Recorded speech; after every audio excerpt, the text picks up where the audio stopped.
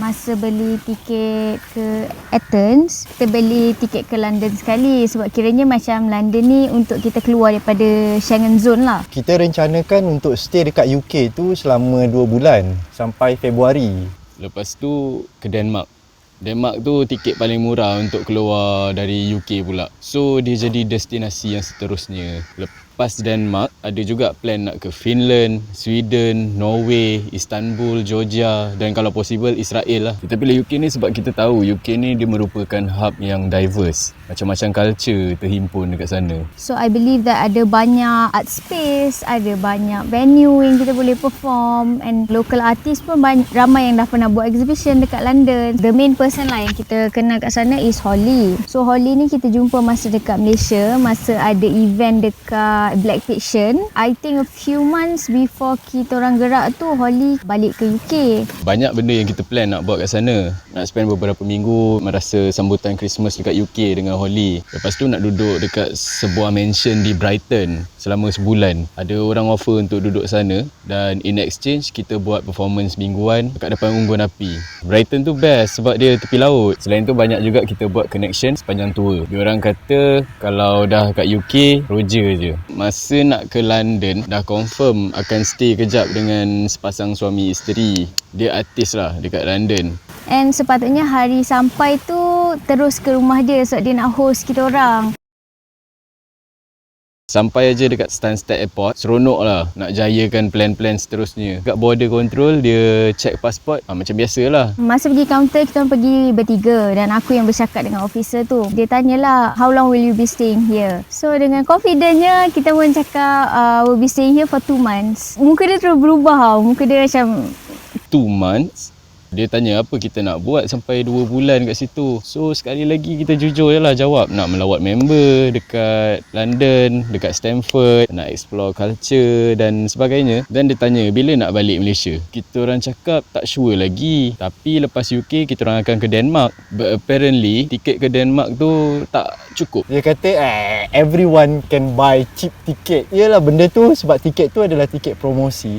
Okey lah, dia make sense. Tapi kita orang time tu memang tak sure bila nak balik ke Malaysia. Perjalanan masih panjang kot. Lepas tu dia minta bank statement. Dia nak tengok lah sustenance untuk duduk kat sana. Masa tu sebenarnya duit tak banyak. Tapi nak tunjuk lah juga kat dia anyway. So kita log in lah. CIMB, Clicks. Internet pula macam bangang kat situ. Aku dah lah lupa password. Aku nak buka CIMB Click pun tak boleh. antara sebab ke London tu sebab tu nak pergi CIMB sebab awak nak tanyakan apa yang kena buat untuk settlekan urusan benda semua. Lepas tu dia tanya berapa duit poket yang ada sekarang ni. So kalau nak convert daripada euro ke pound sterling tu adalah beberapa pound sterling kan. Ifan dengan awak tak ada pegang cash sebab aku pegang tu duit kolektif. Then dia tengok tu, dia cakap ini untuk bahagi 3 orang. I mean seorang baru €100 and you are planning to stay here for months. Lepas tu dia tanyalah kita buat apa dan kita cakap kita musician, what dancer. Dia cakap okay, are you planning to do street performances? Or did you do a street performance back in Budapest, in Athens? Conversation tu dah tak sedap lah masa tu. So dia rasa macam lama sangat kita nak log in semua tu tunggu. Dia ajak pergi ATM untuk check. Dia tak sabar dah. Bila dah cucuk kad, dia keluar total amount 0.00. Lah Hanat, aku cakap kat dia, no, this isn't right. Dia cakap, oh, the machine doesn't shit. Kok iya pun kalau dalam tu tak ada duit, at least adalah amount sen. Ini memang totally kosong. Hina gila kot. So dia dah start tak puas hati. Lepas tu dia terus ambil kita punya pasport semua. Dia tekan satu buzzer, ada satu butang kat tepi tu. Lepas tu dia terus contact officer yang lain. So kita kena tahan dalam macam satu kandang. So semua dah memang berfikir, apalah nasib lepas ni kan. Yang kelakarnya masa tu memang ada beberapa orang lain kat situ. Dan semuanya brown. Okey, sedikit fishy lah kat situ sebab sehari sebelum tu ada keluar berita pasal ada Muslim ni, dia tikam orang dekat London Bridge. So adalah sedikit assumption yang benda ni dia macam related, tapi ni sekadar assumption lah. Aku duk risau luggage sebab luggage kan kita check in luggage ada angklung semua tak sekali dengan kita orang cuma bawa carry on. Tunggu, kita orang sedar yang kita orang dah tak sempat nak kejar train untuk ke bandar. Dan datang seorang officer, dia cakap kita kena tahan untuk soal siasat. Aduh, benda macam ni lagi. So aku orang pertama yang kena panggil. Ada seorang officer datang dekat aku dan suruh aku bawa semua barang-barang masuk dekat satu bilik. So satu bilik tu ada meja, ada kerusi untuk aku duduk, ada kerusi untuk officer tu soal siasat. Sebelah tu aku nampak ada cermin dan ada bilik siasatan yang lagi satu lah dekat belah sana kan. Dia tinggalkan aku dekat dalam tu. Lepas tu dia cakap, handphone shall be leave outside. So aku dah tak boleh contact siapa-siapa. Especially Irfan dengan Jihan waktu tu masih dekat dalam tempat menunggu tu kan. Aku tak tahu nak buat apa. Handphone tak ada. Bag pun kena tinggal dekat luar waktu tu. So clueless lah, tak tahu nak buat apa. Just duduk dan tunggu the next process lah. Masuk satu officer, macam-macam dia tanya. Banyak gila soalan yang dia tanya. Sebelum pergi London, kau pergi mana? Aku cakap lah aku pergi Budapest. So dia tanya, dekat Budapest kau pergi mana? Aku cakap lah aku pergi, adalah jambatan dekat Budapest tu yang menghubungkan Buda and Pest. So dia cakap, apa nama jambatan tu? Aku macam clueless lah, macam apa nama jambatan tu? Aku pun tak ingat sebab jambatan tu nama dia dalam bahasa Magyar. Dia kata mustahil, kalau kau dah pernah pergi tempat tu mesti kau tahu apa nama tempat tu, apa nama jambatan tu kan. So dia dah start, mata dia dah sengit tengok aku, dia dah start ragu dengan aku dah macam okay, that's it lah. Aku tak dapat jawab nama jambatan tu. Tapi aku sempatlah ceritakan situasi jambatan tu. So dekat atas jambatan tu ada statue. Dan aku cakap, kalau kau nak tengok bukti dalam handphone tu ada gambar waktu aku dekat jambatan tu kan. Lepas tu dia kata, tak boleh sebab handphone aku kat luar. Aku nak pergi ambil handphone aku. Dia kata, tak boleh. Kau tak boleh ambil handphone kau. Semua bukti tu dalam handphone kot. So aku macam Lepas tu dia tanya, kau kerja apa kat Malaysia? Aku cakap lah, aku ni jadi galeri sitter je dekat KL. Lepas tu dia tanyalah, boleh ke kau support dengan duit daripada kerja kau tu? Lepas tu sekarang ni kau tak bekerja, kau basically cuti kan. Macam mana kau nak dapat income dan kau tahu bahawasanya kau boleh survive dekat London kan? So aku macam berfikir lah, macam mana lagi nak cakap dengan dia kan. Lepas tu dia terus cakap, kau akan basking ke dekat London? Aku macam tak berapa yakin untuk aku cakap yang kita akan basking. So aku cakap je lah, mungkin ya, mungkin tidak. Lepas tu dia cakap, dekat London ni tak boleh suka-suka hati basking. So aku macam, okey. Lepas tu dia tanya, siapa yang kau kenal dekat London ni? Dia cakap lah, kita nak jumpa kawan. Pernah jumpa dia dekat Malaysia. Lepas tu dia cakap macam, berapa lama kau kenal dengan Holly ni? Aku cakap lah, beberapa bulan sebelum kita nak pergi ke Europe tu, kita dah kenal dah. Cuma dia macam meragui. Dia cakap macam, senangnya kau trust people. Aku macam, ini sebab persahabatan, aku cakap. So we trust each other. Kita dah pernah lepak, kita dah pernah berborak dengan dia. So dia tak percaya. Mental aku dah koyak. So start daripada tu, aku dah cakap, lantak kau lah. Apa yang kau tanya, aku jawab je lah. Jujur tak jujur tu aku main jawab je lah. Sebab waktu tu memang dah berserah lah. So habis soal siasat je, dia terus keluar. Aku nampak Irfan dengan Jihan pula masuk dekat bilik sebelah. Datang pula officer yang seterusnya. Ada 2 orang officer datang masuk. Lepas tu dia geledah beg. Aku dengan rambut dreadlock, aku dah memang fikir, shit, cannabis candy yang aku beli dekat Greece. Secara spontannya dia ambil, is this going to make you hanky-panky? Dia tanya aku. Aku cakap, no, benda ni ada CPD. Dia dengar CPD je, officer yang perempuan ni ceritalah. What's the CPD ingredient, buat apa semua kan. So yang officer lelaki ni, dia macam tak tahu kan. So aku macam rasa, okay, neutral, tak ada masalah kot pasal benda ni. Dan benda ni pun legal. Kalau tak legal macam manalah dia boleh jual kat tepi jalan, kedai-kedai macam tu kan.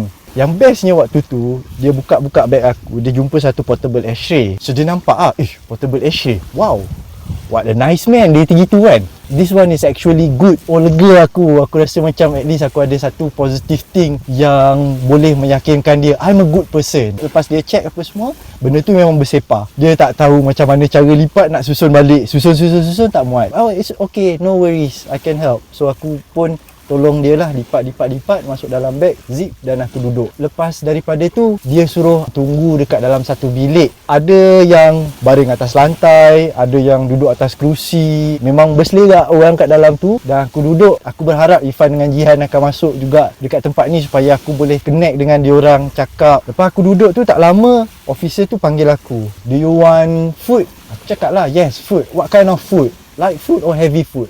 Of course lah, aku cakap aku nak heavy food lah kan. So dia bagi aku nasi dengan lauk ayam. Dia bagi juga kopi. Aku makan, minum kopi apa semua, duduk relax sekejap. Lepas tu dia cakap dekat kaunter tu ada chips, ada biscuits. It's unlimited. You can have it. Wah, aku cakap okey lah.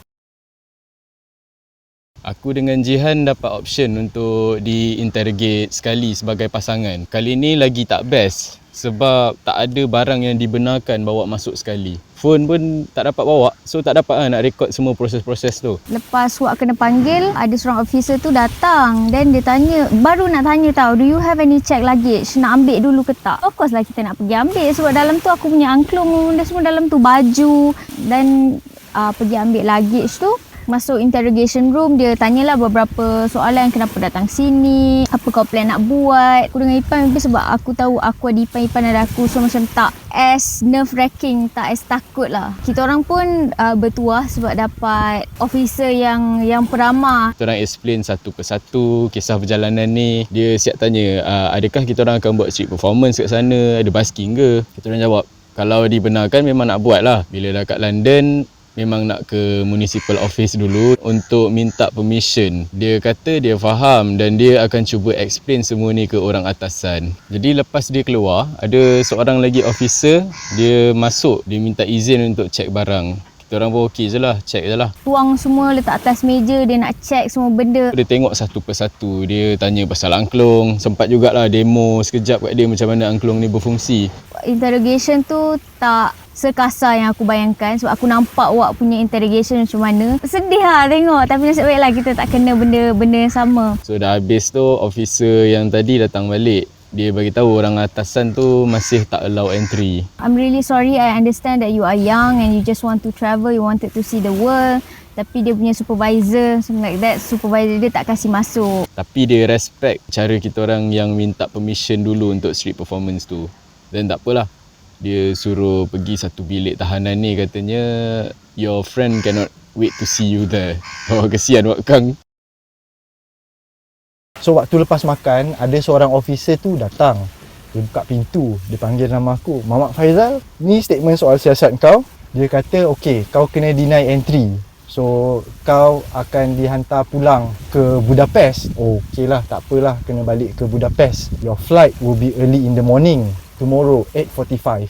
Lepas tu aku cakap, aduh, macam mana aku nak check in apa benda semua. Dia kata, no worries, ada officer yang akan escort, buatkan semua untuk kau. Okey lah. Lepas dia bagi aku kertas statement tu, Ifan dengan Jihan masuk. Lega aku cakap. Aku boleh bercerita dengan diorang. Aku cakap lah dekat Ifan Jihan, aku tak tahu apa aku nak jawab kan. Aku takut nanti kalau aku jawab salah and kita semua pula kena kan. Lepas tu aku cakap lah, aku kena patah balik Fan ke Budapest pagi esok 8.45 pagi. So masa kita orang sampai tu, officer semua macam dah gelak-gelak lah.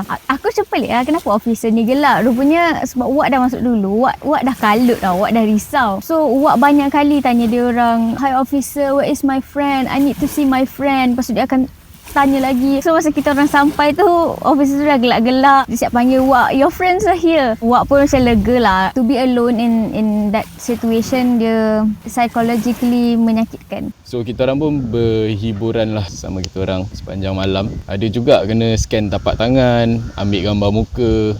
Masih bukan mugshot juga. Tak rasa sedih sangat lah sebab dah jumpa sekali and I assume yang semua benda dah settle. So macam dah apa nak jadi je lah. Kita tak macam merenung nasib, Allah kita tak dapat masuk UK, Allah kenapa kita kena macam ni, Allah tak adalah benda-benda macam tu. Kat bilik tu disekalikan dengan tahanan-tahanan lain. Ada yang dah nampak macam selesa duduk situ, depressing jugalah. Dan of course kat dalam tu apparently banyak brown people. Skin colour memang serupa lah. Tapi whatever lah apa yang kita tahu pasal tu. Yang bestnya sebab ada board, so ada menu tau. Siap ada label lagi, mana yang halal, mana yang tak halal. And then kau boleh pilih je kau nak makan apa, macam chicken tikka masala. I think ada a few thing, ada sandwich. And dia bukan limited tu macam okay kau stay sini satu malam so kau akan dapat satu meal je, tak. Macam anytime kau lapar kau boleh minta je kat dia. So kita orang pun order tikka masala dan hot chocolate. Banyak lah sebenarnya nak order tapi rasanya tak sempat lah masa tu. Makan tikka masala tu pun dah kenyang lah. Sedap lah, dia sedap. Tak cukup dengan tu, snack pun dihidang juga. Setiap kali habis je dia akan refill bakul snack tu. Dalam banyak-banyak snack tu ada Walker's Crisp. So dapat makan tu dah kira macam sampai lah UK. Tunggu satu malam. Besok pagi pukul 8.45 officer tu datang. Dia cakap okey, ambil beg kau semua dan ikut kita orang. Ada 2 orang perempuan officer waktu tu. Aku kat tengah-tengah. 2 tu escort aku. So slang London tu aku dah macam rasa macam ada line up Beatles siapa. Oh wait Mike cai macam tu lah kan. Okey lah, dapatlah experience London dengan slang-slang London tu. Semua orang dah naik waktu tu. Aku adalah orang yang terakhir untuk naik flight tu. Dia juga yang escort aku sampai ke dalam, sampai ke seat aku. Semua orang memang judgement look lah. Duduk, relax, aku pasang earphone, aku dengar lagu and that's it lah. Orang nak tengok, nak cakap apa pun lantak lah kan. Sampai ke Budapest, aku orang terakhir sekali keluar. Ingatkan macam okey lah, line clear lah. Aku tak dapat jumpa dengan passenger lain dan tak ada lah that judgement look kan. So aku pergi dekat pramugari tu. Dia cakap, pasport kau dekat officer kat bawah. Aku tengok dekat bawah, tengah ada polis tunggu aku. Dia lambai. Come on. Aku cakap kena lagi ke ni. Turun je ke bawah tu. Officer tu terus tanya, kenapa kau kena deny entry daripada UK? Aku cakap lah, kita tak dapat tunjukkan legit bank account statement untuk masuk ke tu. Dia cakap sorry lah, kau tak dapat experience London kan. Dia bawa aku masuk terus sampai ke counter immigration tu. Dekat counter immigration tu memang dia potong queue. Terus dia lempar pasport aku dekat officer tu. Stamp pasport. Dia bagi kat aku, you are free to go. Aku pun berjalanlah beredar dekat ruang lobi tu. Aku tunggu dekat balai ketibaan tu untuk Ifan dengan Jihan pula. Aku dengan Jihan masih tak dapat apa-apa info.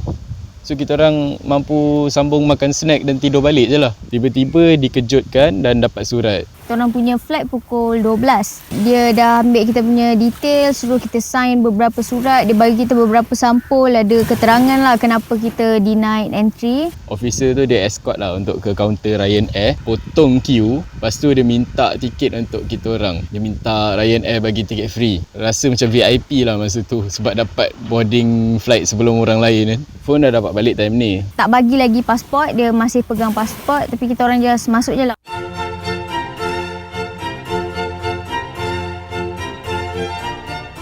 Sampai aja kat Budapest semula, kita orang first untuk turun. Pramugara kata pasport ada pada officer yang tunggu kat bawah, officer Hungarian. Turun aja dari flight tu terus ada kereta.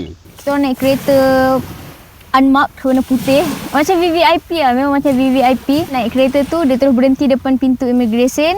Ada a few people yang tengah queue. Dan sekali lagi, potong queue juga kat situ. Dan dibenarkan masuk. Semudah tu je.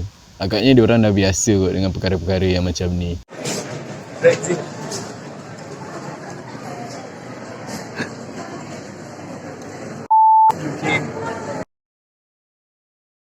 Masa tu Isyad dan Fika ada beberapa hari lagi dekat Budapest sebelum diorang berpindah ke Conakry. Duduk kat rumah diorang sehari dua, borak, gelak balik pasal benda-benda ni. Lepas tu kita berpindah lah ke Airbnb. Diorang pun dah kena kosongkan rumah tu. Waktu duduk dekat BNB itulah yang perkara paling sweet aku rasa. Paling memorable di Budapest. Kita orang check forecast dan katanya snow pertama akan turun pada tengah malam nanti. Set alarm, rehat sekejap dan tiba-tiba dekat luar tingkap nampak snow turun. Snow pertama! Yeay! So snow turun waktu tu malam pukul 11.01 PM. Aku ingat lagi. Semua keluar. So aku first experience snow. Aku sampai nganga macam tu kan. Rasa snow masuk mulut. Tengok snow macam this is real and this is snow. Rasa bersyukur lah sebab kalau kat London tak dapat tengok snow ni. London agak jarang lah nak dapat snow. Sebab malam tu snow turun lebat. The next day memang snow dah tinggi. Lepas tu still ada snow shower lagi. Kita orang keluar pagi, pusing-pusing, pergi park. Snow dah terkumpul dekat tanah masa tu kan. Jadi memang happy lah dapat tengok snow tebal. Kita orang terus lupa apa yang jadi dekat UK. Rasa macam nasib baik tak dapat masuk.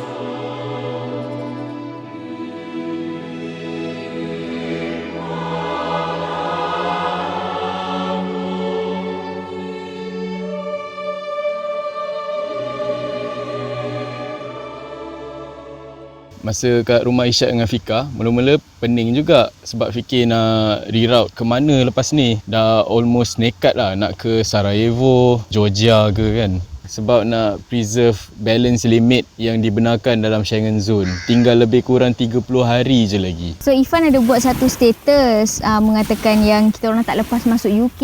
Tiba-tiba dapat message dari Dominica. Dominica ni orang yang kita jumpa masa dekat A-Dash, masa dekat Athens. So dia ni seorang stranger yang kita baru je jumpa. Dia cakap, I'm really sorry to hear what happened to you. Dia ajak datang ke tempat dia. Dia ada apartmen kosong katanya dekat tengah bandar. Kita orang terus on lah. Dan perjalanan seterusnya kat sana baru kita fikirkan lagi. Kita decide kemudian. So kita terus beli flight tiket Warsaw, Poland.